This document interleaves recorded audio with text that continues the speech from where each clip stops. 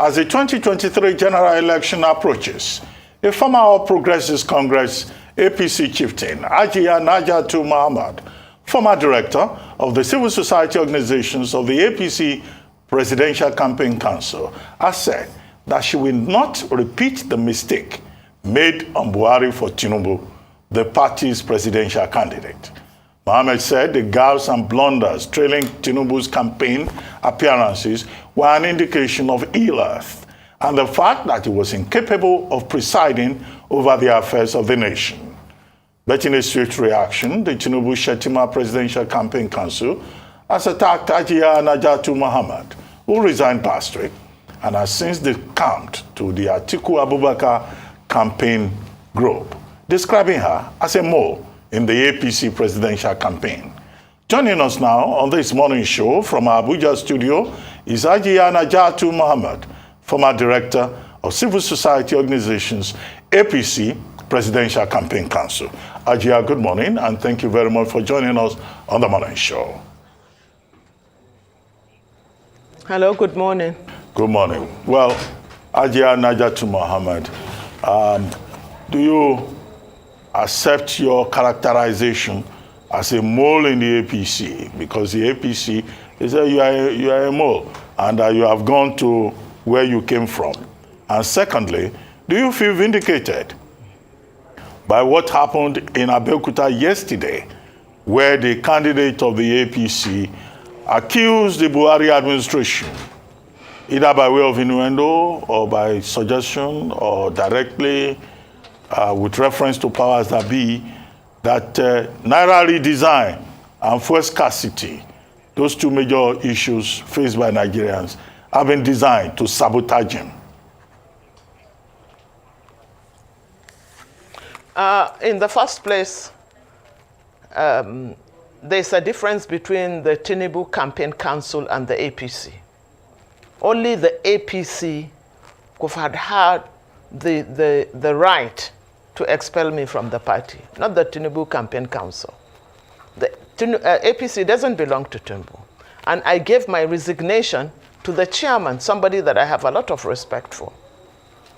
Not just that, but they know how hard and where they had gone from pillar to pole to beg me to please come back.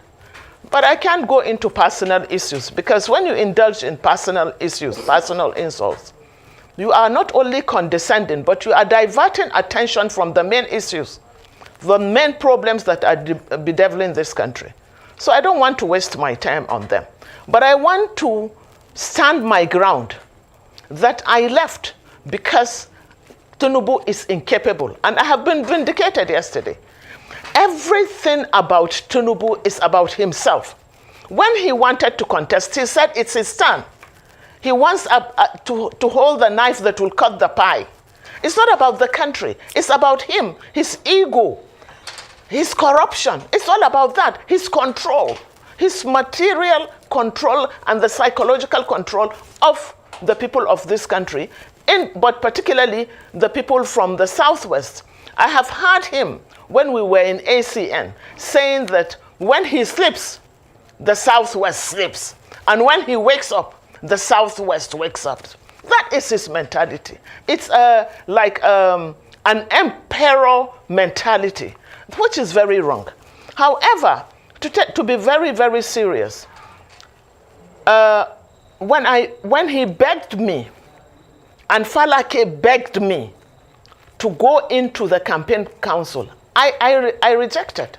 They know that. I didn't want to go into the campaign council, but they begged me. Tinubu, it's still ringing in my ear. In the name of Allah, Hajiya, in the name of Allah, accept this appointment. I said, sir, I will not accept the appointment until you tell me what you have for us up north. He invited me to London. I went to London. I sat with him for 2 hours. Most of the time he was sleeping. I asked him what he had for us up north, because we have extremely serious security problems. He told me that he didn't have anything.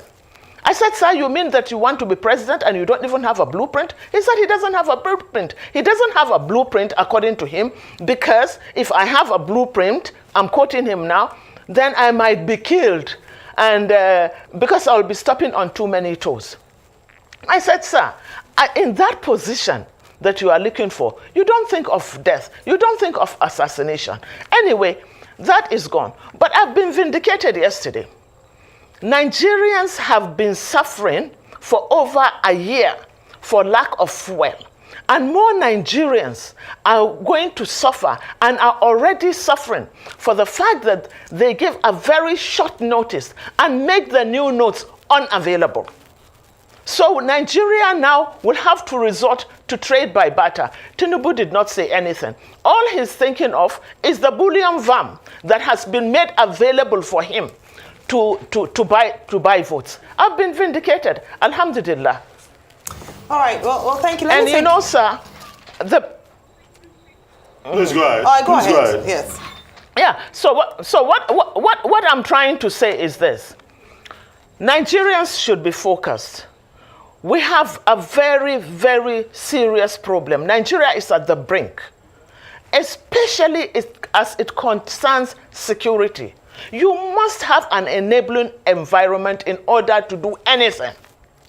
So you cannot take someone that is virtually senile and another person that has been associated on several occasions with funding terrorism. That is Kasim Shetima. Kasim Shetima, we should not forget Kabiru Sokoto. Kabiru Sokoto was one of the most wanted terrorists, and he was found and arrested in his house. Let us understand and let us not forget, this terrorism, this banditry, this carnage is not just happening by mistake. It's a multi-billion-dollar industry. A multi-billion dollar industry because it takes a lot of money on defense budget. It has a lot to do with the sale of drugs. It has a lot to do with mining and illegal bunkering and illegal and illicit mining. And look at the areas that are generally affected by this. Take the Northeast, for instance. In the Northeast, you have the blue diamond. That is a strategic mineral. You have oil at the Chad Basin that is being explored right now, but illegally. You have Zamfara. If you go to Zamfara, Zamfara has more gold than Ghana. Zamfara's gold is being traded in Dubai and other parts of the country. There is a market called Nigerian gold in Dubai. Go and check. So who is doing this mining? Most times they are the governors, the people in power. They are the ones doing it in connivance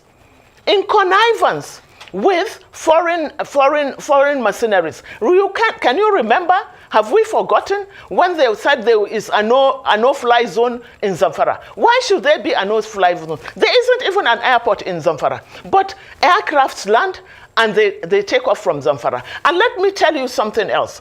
In Zamfara, every container that comes from China ends up in Zamfara. You know why? Because in Zamfara, the soil in Zamfara has all the strategic minerals that you can think of. So when the containers come in from China, they land they end in Zamfara, and a bag of Zamfara soil is today sold at 5,000. So they need to displace the people to allow them to continue with their mining. I mean, it's multifaceted. And these are people that one has been severally accused of harboring terrorists, even recently. And why? Let us ask, why should Shetima be visiting, along with his governor, be visiting and making a solidarity with a police officer that was being tried for drug trafficking? Why?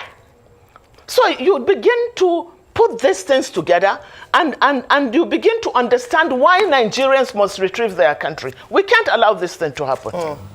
Very heavy statements and things you've said just now, Hajia. But I'd like to ask you two questions based on some of the things you mentioned when you tendered your resignation. Still going back to the status of the health of the candidate of the APC, presidential candidate of the APC, where you said that when you had a meeting with him to discuss with issues that you were very particular and passionate about, he couldn't hold the conversation as he was sleeping for most of the time, and then he couldn't raise the teacup. We just interviewed one of the APC members of the campaign, and he said that largely untrue, that he would see during campaigns the APC presidential candidate is very fit, he's able to hold a broom, he wears an agbada, he's able to dance around, and so your claims, hold on, I just want to, let me just land on that your claims that he's not healthy enough. I want to hear from you now, based on your interactions and working with him closely. It has been debated a number of times as to how important the health status of a candidate ought to be to electorates. I'd like you to expand a bit more on that. And then the second question I have for you is based also on your resignation letter, that political parties do not have, in Nigeria currently, do not have ideological differences. And so you were tired of playing in places where people didn't have any ideology. They were all the same. I'd like to understand, what that statement means, and then what it means for your future in the politics of Nigeria. What a lot of people don't know is that I didn't meet Asiwaju in APC. We met at ACN. I was ACN, I didn't go to CPC. I keep saying, I am the first person to start Buhari's campaign. They are still living on my structure, the Northwest. That is one. And any time we try to make an alliance, particularly with the Southwest, we started with the G4. Ojikalu, Buhari, Atiku, and Asiwaju. This is as way back as 2007.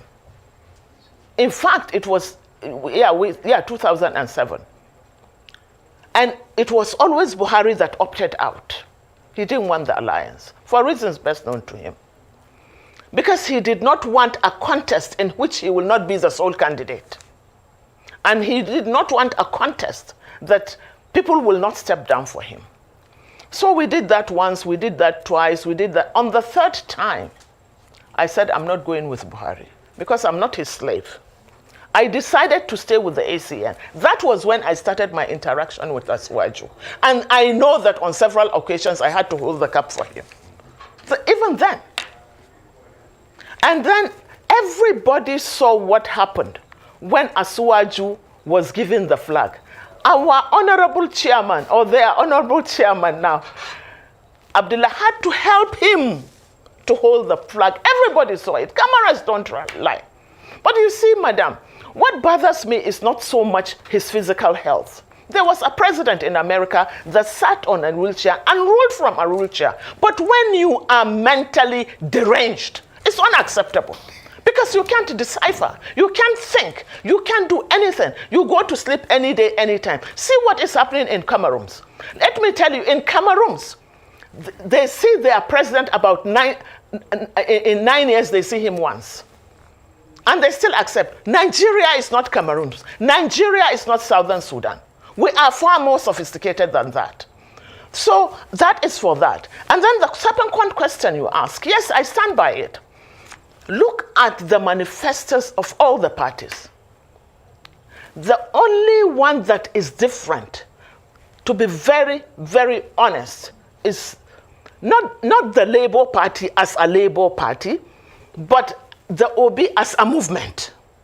However, all the political parties have no ideological difference. And what I'm saying is this, because politicians have shuttled, including Peter Obi. They shuttled from one party to another. Tinubu was AD, then AC, then ACN, now APC. Buhari was APP, then AMPP, then CPC, and now APC. The same is true to Atiku and Kwankwaso, and even Peter Obi. So so it's like a robe they wear. When it suits them, I wear this robe to be on this platform. But it's the same person. It's the same person. So Nigerians must be looking at the person, not the robe the person is wearing. That is at their convenience. That is my position. Okay, ma'am. A couple of things. Some will argue and challenge that Yes, you say he's mentally deranged. Prove it medically. You don't have his health records. That's what some will say to you frontally. Second, no, hang on a minute, Ma. Please, let me just finish this assumption. Secondly, a lot of people will also argue with you when you say he says he's got nothing to do. He's got a manifesto out that talked about what he'll do as regards insecurity. Third, in one of your statements, you said Tinubu and Atiku are the devil at the deep blue sea, that you rather go to the deep blue sea in Atiku. Yeah. But he too carries a lot of his own baggages, which you are aware of, which has been spoken about. Yeah. And when you look at this, people will say that all of this you are saying is just sour grapes. Because why did you wait till now before you left? And you too, you cannot say you're not benefited for the APC government you claim has failed. And you had benefited from them up till now. No, I take exception to that, sir. Okay, I really take exception to that. Because, yes, I take exception to that because you have to name my benefit. You see, unfortunately, people think that when you are appointed, for instance, I work at the Police Service Commission. Is that what you call a benefit? So Nigerians see appointments as a means to which they can acquire money. Working at the Police Service Commission in the first place, I'm a part-time commissioner that has no salary. I stay for months without a sitting allowance, but I still work. And remember, if I want financial benefits, I want to take you back to the time. Obasanjo offered me ministerial appointments twice, which I rejected. The first one, I got a standing ovation in the Senate. But then we had problems. We had factions, the Saraki faction and the other faction. I belong to the Saraki faction. So having gone through the Senate, the senators from AMPP then decided that they had already expelled me from the APP. So AMPP. So I must, they cannot accept me to represent, to be the minister representing the AMPP. So what did Obasanjo said? Obasanjo called me and said, come into the PDP, be a card-carrying member of the PDP, and I will make you minister as a PDP member. I rejected it. The second time, I also rejected it in 2003. Jonathan offered me ministerial appointment. We were given ministerial appointment the same day with Bala Mohammed. He picked me from my house. And we went to see Jonathan, who offered me that appointment. I said, no, I did not do Save Nigeria. I'm one of the conveners of Save Nigeria. I did not do it to be a minister. I want to continue with my activism. I don't want anything to keep me back. And mark you, when people people do not seem to be able to make a dichotomy between service to country and personal aggrandizement. I know there is a difference. When I swore by the Constitution to defend the Constitution of Nigeria, I did not swear to defend Buhari or the APC. And the government of Muhammad Buhari is not a property of the APC. It's the property of the Federal Republic of Nigeria and all Nigerians. So what are we talking about? So what is the benefit? People must stop seeing governance as a means of personal achievement or personal way of making money. That is the bottom line. I'm different. I have not benefited anything from the APC. But why Atiku? And I'm not doing Atiku today for any... I gave my reasons. And my reasons were, I said, Peter Obi is a movement. Yes, I said that. I said that because it's for the first time, the Nigerian youth have a voice and they are coming together to form some kind of movement. It's not even about Peter Obi. The movement will outlive Peter Obi. But I said they have structural problems. I'll give you an example. Buhari since 2003 was getting 15 million votes, but he couldn't be president. Why? In spite of the cult followership the North gave to Buhari, why didn't he win? He didn't win because he had structural problems, because he could not make bridges. It took the alliance that he had rejected severally, with the Southwest in particular, that he was able to become president. That is the only reason. And what I'm also saying is that I have no luxury of time.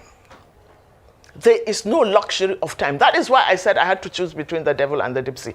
And then, as far as Kwankwaso is concerned, Kwankwaso did a great job for us in Kano, especially in human development. I think the best thing that anyone can give to anybody is education. Because that is why most governors withdrew education from our schools. They withdrew education from our schools because they want this sea of energy. Able-bodied men, they are like uranium. Our kids are so energetic. They are like a virgin uranium, which you can use either to generate power or to make into an atomic bomb. In this case, our youth have been denied education so that they are perpetually cannon fodder for rulers, especially our governors. You understand? So that is why I said I had to choose at this point in time. And I made it clear, explicitly clear, that I don't belong to the PDP. In fact, I said I am partyless. I'm partyless because there are candidates in other parties that I feel I should go and support. So if I say I'm in the PDP, then I will have problems. It's like from frying pan to fire. I need you to yes, I can assist us to some clarifications. First, you said on this program that the candidate of the APC, Asiwaju Bola Ahmed Tinubu, is mentally deranged. That's a very strong thing to say. Yes. No, you can't say yes, because if you look at Section 131 of the 1999 Constitution, Section 131, listing the qualifications for anybody seeking the office of the president, says that, look, the person cannot be of unsound mind. That would be a ground for disqualification. Now, having made that point publicly, you may be called upon to come and prove it. And we are not the ones to go and prove it because you said it. No, hang on a moment. Hang on a moment. This is okay. Okay, that's one. Number two, at what point did it occur to you that this candidate, you have issues? You accepted position as director of organizations. You were part of the party from 2015. You supported President Buhari. And just now, just about 30 days or so to the election, you then come around and you say you think your candidate is mentally deranged. That's a very strange thing to say. And then finally. Yeah, I know. I want a third thing I want you to clarify. A third thing I want you to clarify. Yes. The Tinubu camp, speaking through, I think it's Mahmoud Jega, says that, look, that you were sacked, that you didn't resign, that you were sacked for incompetence and being very quarrelsome. And your quarrelsomeness has also been indicated. I'm quoting Mahmoud Jega, I'm not the one making it up. And that your quarrelsomeness even led you to resigning from the Police Service Commission. I just want clarifications on all these 3 points. No. I did not resign from the Police Service Commission.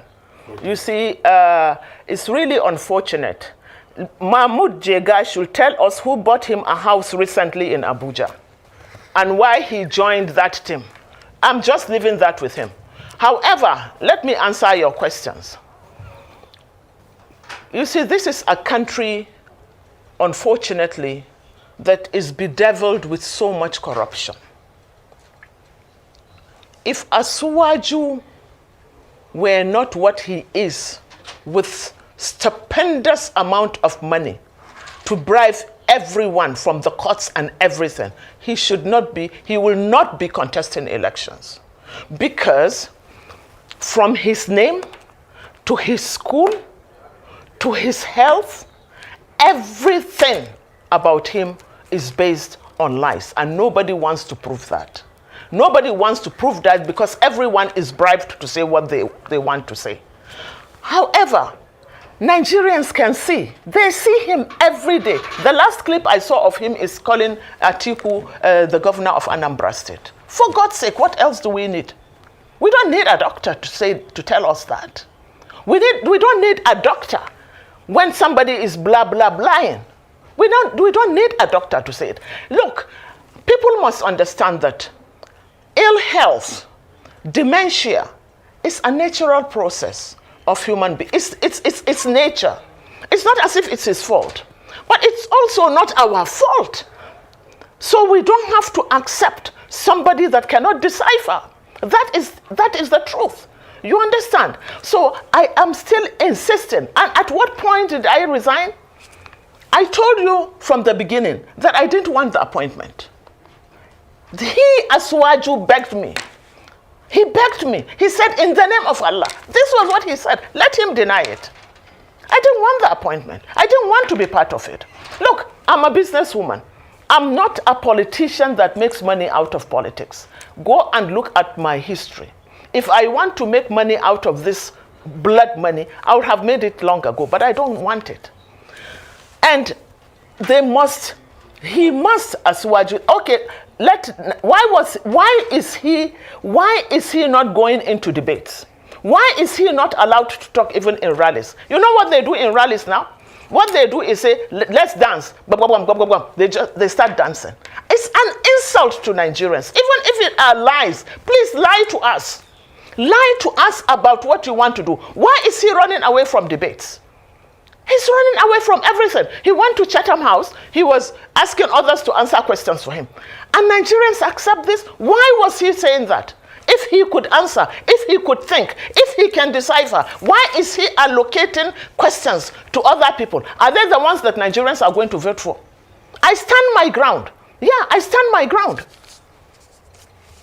All right, okay, so just let me ask you with regards to your statement around the fact that Asiwaju Bola Ahmed Tinubu bribed his way into winning the APC presidential primaries. In fact, you did allude in a recent interview to the fact that the vice president of the country, Professor Yemi Osinbajo, would have been a better candidate, but for the powers that be, using his terms, in the Lagos-Ibadan press arrangement. That was what made it impossible for him to emerge. I'd like you to give a bit more, clarity on this, because you just talked about Mahmoud Jega being given a house. Are there other inducements that had been given to APC leaders to ensure that, Bola Ahmed Tinubu emerged as presidential candidate?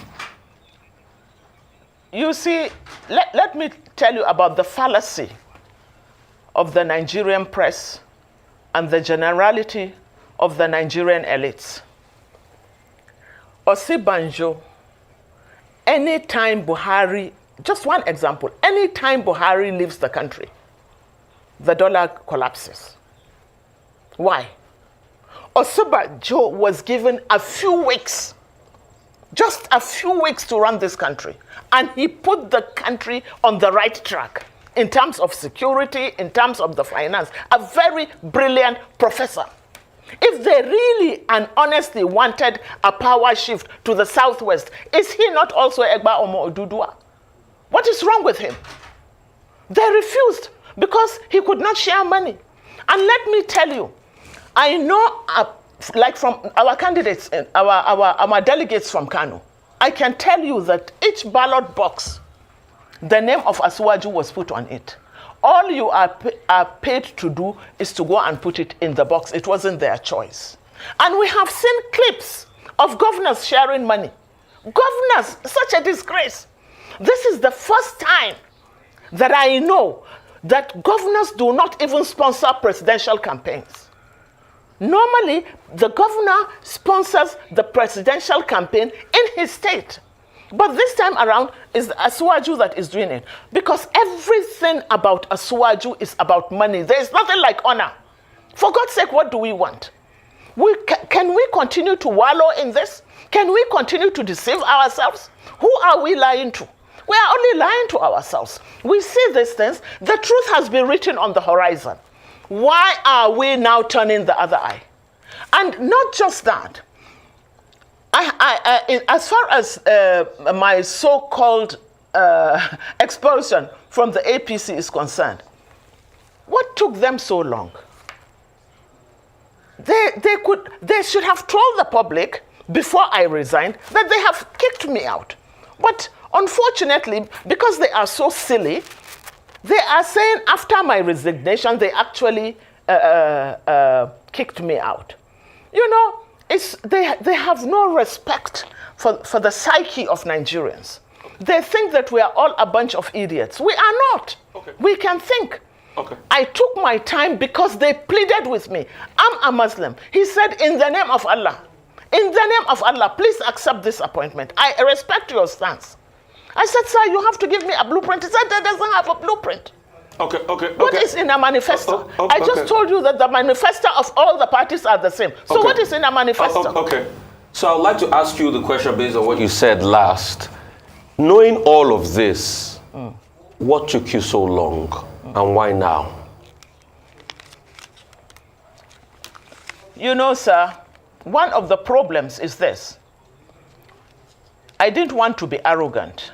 And let me tell you what I did as a last resort. What I did as a last resort is I went, you know, knowing that this is Asiwaju's handicap, and having pleaded with me in the name of Allah to accept it, I had to be humble. But I didn't just stop, but my conscience was pricking me all the time, because I know that even the Lagos Chamber of Commerce gave him their demands. But look at a whole north without a demand. So what did I do? As a last resort, I want to tell you this. I tried and I sat with all the people I think in the APC, the northerners in the APC, that are the real opinion molders. For 3 months, I have been trying to get them to come together for us to sit and give him an agenda. So that, because when the governors go to see Asiwaju, they go in block to intimidate him.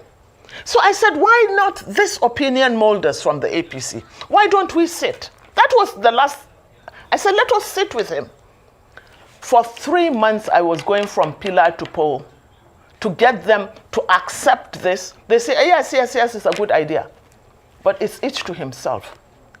So I had to go. Okay. And I can't sit on the fence. Okay. Those sitting on the fence are either cowards or hypocrites, and I can't do any of those. Okay. Ajia, on that note, we have to go. Thank you so much for your time this morning.